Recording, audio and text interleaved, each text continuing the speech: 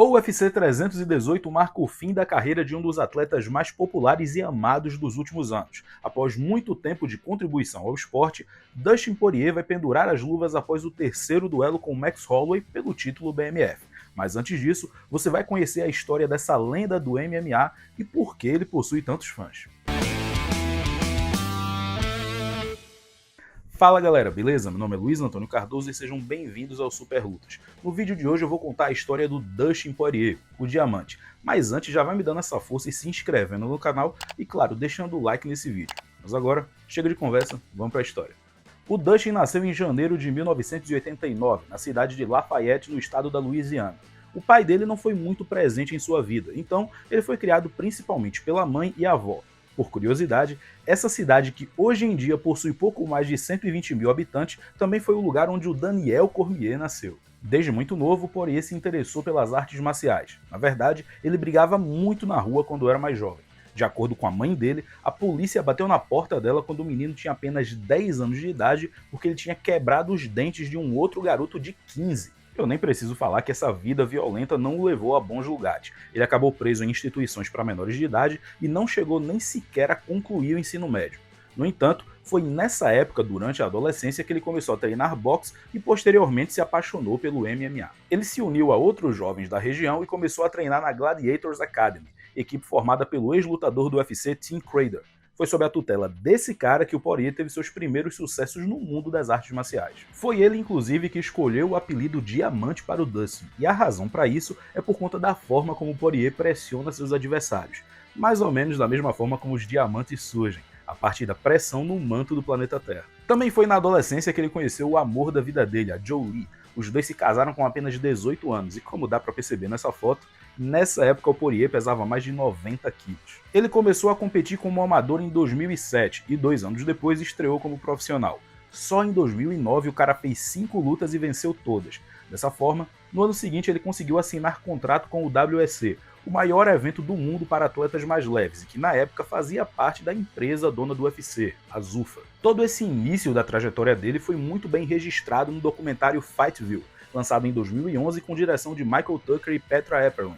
Esse filme registrou o dia a dia dos atletas da Gladiators Academy e mostrou como o Dustin se destacava como o mais dedicado de todos. No WEC, ele conheceu a primeira derrota da carreira ao ser superado pelo Danny Castillo em agosto de 2010. No entanto, foi nessa época que o UFC anunciou a fusão com o WEC, e a maioria dos atletas foram incorporados ao Ultimate. E com Poirier, não foi diferente. Ele estreou no UFC no primeiro dia do ano de 2011 e já foi pegando uma bucha de canhão. O cara mediu forças com o Josh Grisp no UFC 125 em cima da hora, e por mais que muita gente não lembre, o Grisp era um dos melhores pesos-penas do mundo na época. Tanto que ele estava casado para lutar com José Aldo pelo título, mas o brasileiro se machucou e o Poirier o substituiu. Mesmo sendo azarão, o Diamante não deu chances para o rival e conseguiu vencer por decisão unânime. A partir daí ele se tornou um nome conhecido e respeitado dentro da categoria. O cara venceu 3 seguidas e entre essas vitórias finalizou um jovem Max Holloway de apenas 20 anos, que fazia estreia na organização. No entanto, vocês vão perceber que esse início da trajetória do Poirier no UFC, ainda como peso-pena, foi muito prejudicado justamente por conta do corte de peso. Ele perdeu para o zumbi coreano numa guerra e também foi superado pelo Cub Swanson. Nessa luta em específico, ele teve que fazer um corte brutal, e isso impactou muito na performance dele. Também foi depois da derrota para o zumbi coreano que ele tomou uma das decisões mais importantes da sua carreira ao migrar para a American Top Team, na Flórida.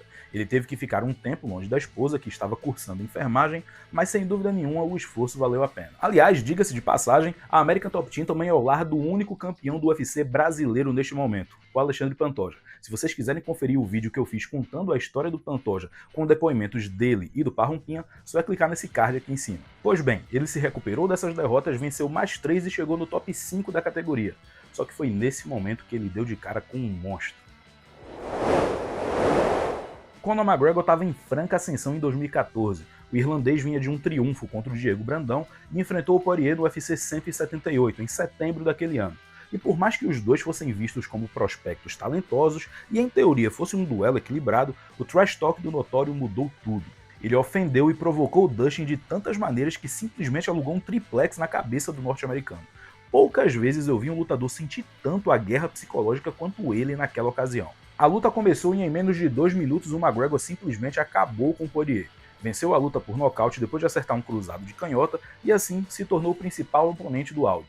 Já o Poirier aprendeu uma grande lição sobre trash talk e decidiu deixar os penas de uma vez por todas. Foi a partir daí, entre 2015 e 2019, que conhecemos o auge do Diamante. Ele só foi derrotado uma vez num período de 11 lutas, e foi justamente após essa derrota para o Michael Johnson que conhecemos o Dustin Poirier com cabelo, que se juntou ao Vitor Belfort no TRT e o Caim Velasquez no nível do mar, como um daqueles lutadores míticos. Brincadeiras à parte, foi nessa época que ele venceu grandes ex-campeões, como por exemplo o Anthony Pettis, Justin Gaethje e Ed Alvarez, todos na via rápida. E foi após a vitória contra o Alvarez que ele teve a oportunidade de disputar o título interino dos leves contra um adversário já conhecido, o Max Holloway. Desde a primeira luta entre eles, o Holloway chegou em seu próprio auge e se tornou campeão dos penas. Então, esse duelo era a chance dele chegar ao duplo campeonato. Lembrando que isso só estava acontecendo porque o Khabib Nurmagomedov estava suspenso, depois daquela briga com a equipe do McGregor no UFC 229. Naquele dia, em 13 de abril de 2019, o Dustin deu um show. Ele venceu por decisão unânime depois de acertar fortes golpes no adversário, e o momento dele recebendo o cinturão, como também sua entrevista dentro do octógono, é muito emocionante. Man, this feels amazing. I feel like I'm in a dream right now. This is my 23rd or 24th fight with Zuffa. I've got knocked down, I've climbed back up like I said before. Man, this is my belt, I earned this in blood, I paid in full, this is mine. I've overcome adversity so many times. Everybody out there, there's people telling you can't do it, or you're the underdog, or you're championed against, or telling you told you're not good enough. I've been told that my whole life and I'm the world champ. If I can do it, you can do it. I just want to dedicate this fight to my wife. We've been together, been married 10 years. And if it wasn't for her, I wouldn't be here. There was days I went home, busted and broken. And she believed in me when I didn't believe in myself. This is her belt as much as it is mine. I wouldn't be here without her. I love you, Jolie. Infelizmente, o sonho de se tornar campeão linear acabou não acontecendo. Ele mediu forças com o Khabib em Abu Dhabi e simplesmente não teve resposta para o jogo de grappling do russo. Apesar de encaixar uma guilhotina justíssima e chegar perto de cometer o crime, ele acabou finalizado com o mata-leão no terceiro round. I was just so prepared. And now I gotta wake up and look myself in the mirror every morning with this result. And if anything adversity's taught me in the past, is when times are good, be grateful. And when times like this, be graceful. So I'm gonna just go home, spend some time with my family.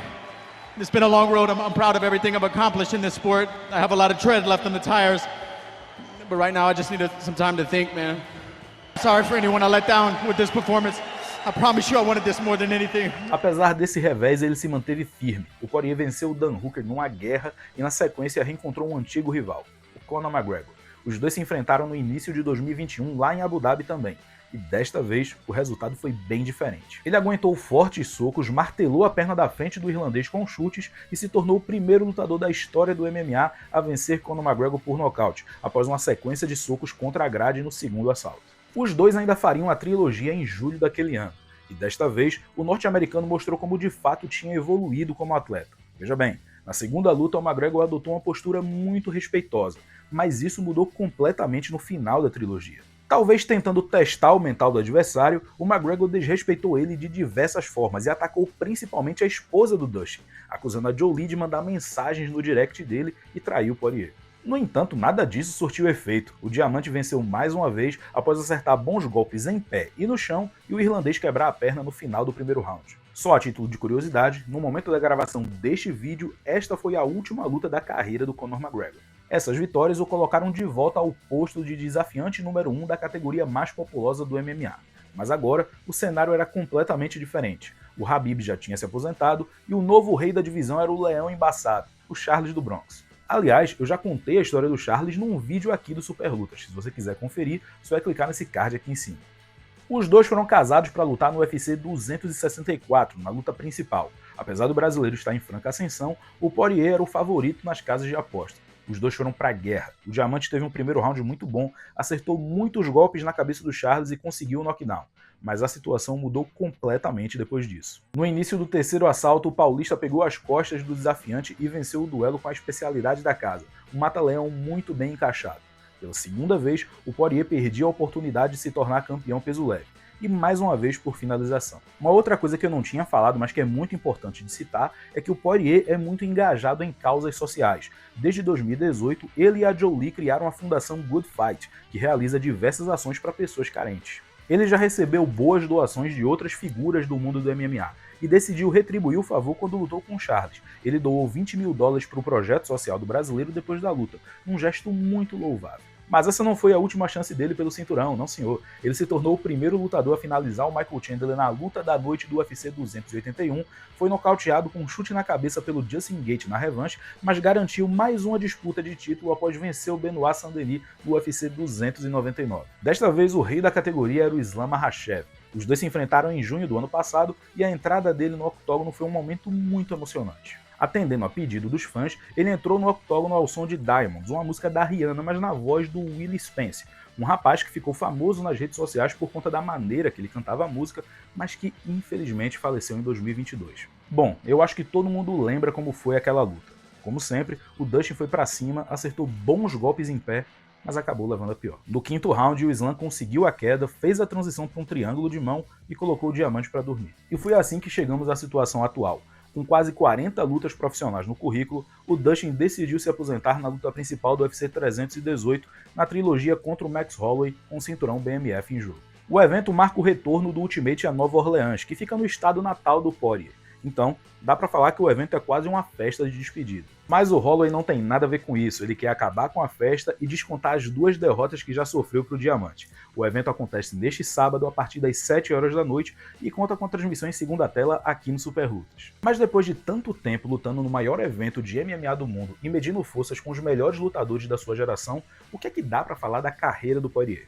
Existem atletas que marcam a história do esporte por serem muito bem-sucedidos, mas outros conquistam fãs não por serem invencíveis, mas sim pela capacidade de se reerguer derrota após derrota. Apesar de ser um dos melhores pesos leves de todos os tempos, o Poirier nunca foi campeão linear. Azar do UFC. Então é isso, pessoal. Se você gostou do vídeo, deixa o like, isso é muito importante. Dessa forma o YouTube recomenda o nosso trabalho para mais pessoas e assim o Super Lutas chega em mais gente. Coloquem nos comentários o que é que vocês acharam de conhecer a história do Diamante. Eu confesso que é um dos meus lutadores favoritos. Se inscreva no canal para não perder nada que vai ser lançado por aqui. E calma, não vão embora ainda. Também sigam o Super Lutas nas redes sociais. Até a próxima.